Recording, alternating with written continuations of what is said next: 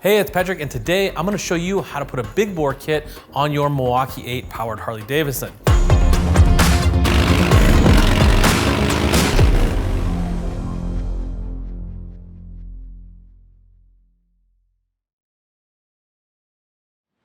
Now, if you're looking to add some horsepower to your engine, this is a great way to do it. There's no replacement for displacement, as the old saying goes, and that's exactly what we're doing with this big bore kit. Is we're adding displacement, adding more cubic inches to our engine. And how we're doing that is with a bigger piston. While the cylinders we're using will remain the same on the outside, the interior volume increases with that bigger piston. And if you have a 107 Milwaukee 8 with a big bore, you can get all the way up to 124 cubic inches. Or if you have a 114 Milwaukee 8, you can get all the way up to 128 cubic inches on your big bore builds, which is pretty crazy. The old school twin cam and Evo motors, you'd have to add a stroker crankshaft just to get to those cubic inch numbers. But besides cubic inches, we're getting a forged piston instead of the old stock cast unit, and we're gonna bump up our compression a little bit, which is also gonna help us result in some more horsepower. If you're doing a big bore, it's nice to pair it with something like a cam to kind of increase the overall output of the engine rather than just relying on just that big bore. You get some other hot rod parts that go with it, and it really works well. We do have a disassembly video to show you how to get to the point we're at today. I'll throw a link in there for you. It shows you how to completely disassemble your Milwaukee 8 engines. You can just tear it down to the part you want to replace, like at our big bore here today. We're doing a complete build series on the Milwaukee 8 engine. We're doing stroker flywheels, we're doing cylinder heads, cam, and even a complete driveline upgrade. So if you're interested in doing more of this stuff to your Milwaukee 8, go ahead and follow along with us. Now, the bike we're using today is a 2019 Fat Bob, but most Milwaukee 8 engines, this is going to be very, very similar for this big bore install. As far as specialty tools, you're not gonna need a ton of stuff. You're gonna need a set of feeler gauges, a file, and a piston ring compressor.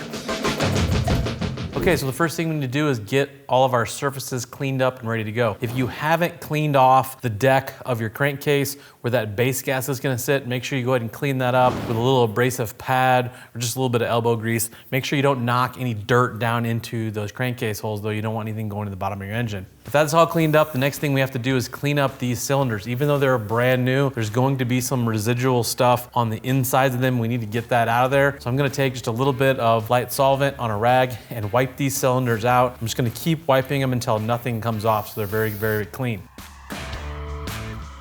From there, we can go ahead and start setting up our ring gap. Okay, so now we're going to gap our rings for our pistons. Now, a few things. I like to keep, whatever you gap the piston and ring to that cylinder, keep that piston with that cylinder. And our cylinders, there actually is a rear and a front on the set of S&S cylinders that we're using.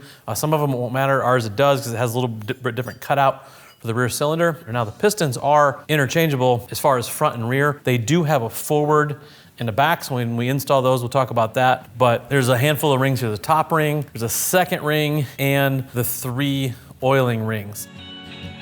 We want to make sure they're flat in the cylinder bore. So to do that, we're actually going to put them in there. We're going to take the piston and press down on it and set it maybe a ½ inch down inside the bore. It doesn't hurt to measure that if you can, to make sure that ring is sitting flat in there. You don't want it tipped because it'll give you a weird measurement. The ring gaps for this particular kit, it's going to be anywhere from 0.020 inches on the top one to 0.024 inches. There's a little bit of room in there. On the second one, that gap is either going to be 0.024 all the way up to 0.028. Now what you have to remember though is you don't want the top gap to be bigger than the second gap. So whatever you set those at in that range, just make sure the top one is tighter than the bottom one. As far as the oiling ring setup, the actual wavy little ring here, the oiler, you shouldn't ever have to gap this. You should leave that alone. And then the 2 little rings that sandwich that oiler, 0.010. And again, hardly ever have to gap these, but that's the minimum they should be at, is 0.010. Now, how do we tell the top and the second ring apart? On this particular kit, the second ring is darker than the top one. Also, it'll have a dot on it. That's what we're gonna have facing up. And then this top ring actually says top on it, but make sure whatever piston rings you're using, you read the instructions so you can differentiate between the top ring and the second. So how do we gap the ring? Once we get it set in there at that depth, we're gonna take a set of feeler gauges, we're gonna put them down in there to measure where we're at. And once we've decided how much we need to take off, we're gonna do that with a file. Something important to note here, you really don't wanna mess up this outside edge. You also wanna make sure you file it nice and even. You don't want it to be at an angle. So when I file that, I'm gonna pull in on that ring so I'm not pushing out and creating like a burr on there. Also, when you're filing, you wanna make sure you don't leave any like jagged edges on there.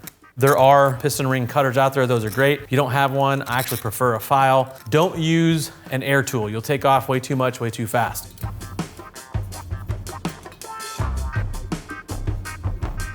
I like to take a marker and put just a tiny little line on the edge of the ring where I'm gonna be filing. That way it'll help you kind of see how much you're taking off.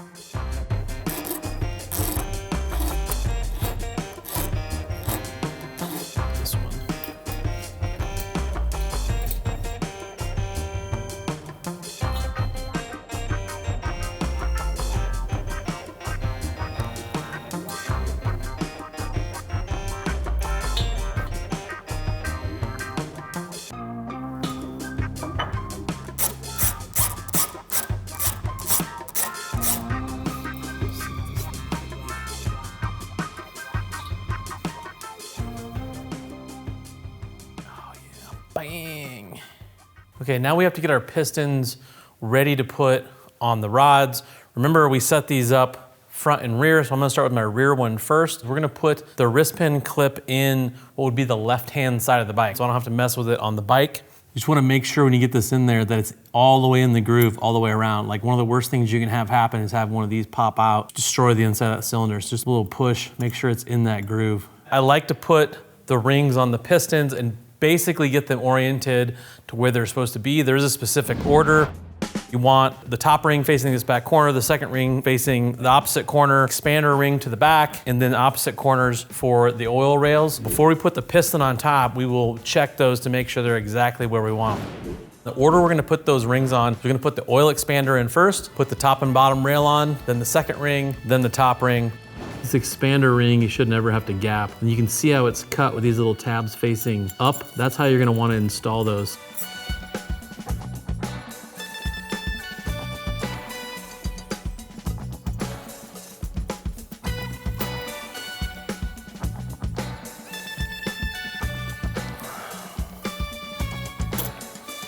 They have actual pliers to do this that I don't have.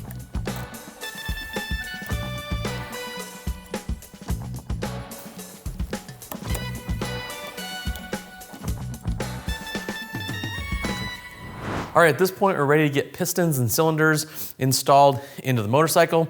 There's two different ways you can go about this. You can put a piston on and then put the other piston on, then cylinder, cylinder. I'm gonna put a piston on, and then I'm gonna put my cylinder on, then I'm gonna move to the other one and do the same thing. The reason for that is the flywheel assembly will move around in there. When it moves, that piston that's not being worked with can get beat up on here. So if you are gonna do it that way, make sure you cover these up, piece of rubber hose or a rag or something so your piston doesn't get scratched up. We already have our wrist pin clip in the far side, so we're going to put some assembly lube on our wrist pin, slide it through the rod end, and put our other clip in. The other thing you have to really pay attention to is not to drop this clip down into the bottom of your engine. I have some rags sitting here to keep that from happening. Just like before we put that clip in, we want to make sure it seats all the way into that groove.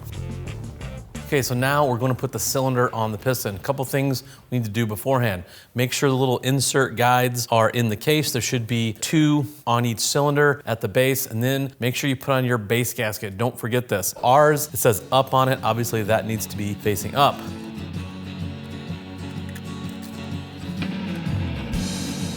From there, we're gonna put a little bit of oil on the inside of the cylinder just to make things go down smoothly, and on that first startup, you don't want that dry cylinder, so we're gonna put a little bit of oil in there. Also, make sure that the piston rings are in their proper position. Each kit may be a little bit different. Once we have those in alignment, we use our piston ring compressor. We have to squeeze those rings down and then slide the cylinder down over the top. Now take your time with this. You don't want to hook one of those rings with the bottom of the cylinder and then pull that ring down, scar that cylinder as you put it on. You could do this without a piston ring compressor. I have done it before. I have very, very strong fingers, but it's much easier if you have some sort of piston ring compressor. It's kind of a cheap tool, nice to have around if you're gonna do these big bores.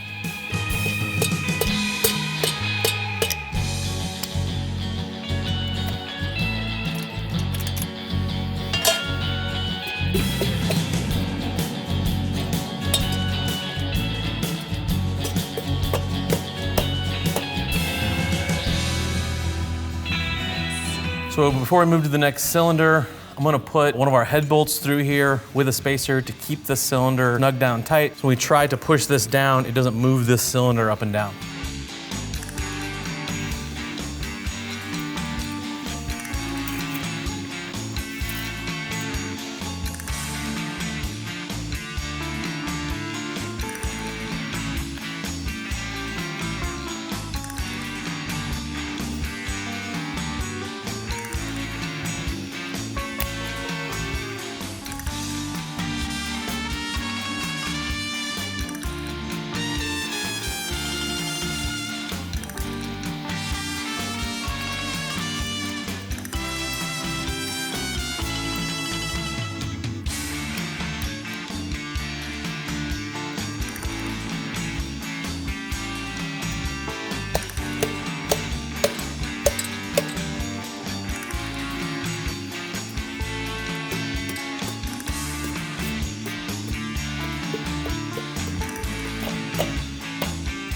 Boom, just like that, we have a sweet set of S&S Cycle big bore pistons and cylinders installed on our 2019 Fat Bob. If you liked that and you're interested in more horsepower upgrades for your Milwaukee 8 engine, make sure you check out our other videos we're doing on our Milwaukee 8 build. Stroker flywheels, cylinder heads, cams, even a complete driveline upgrade.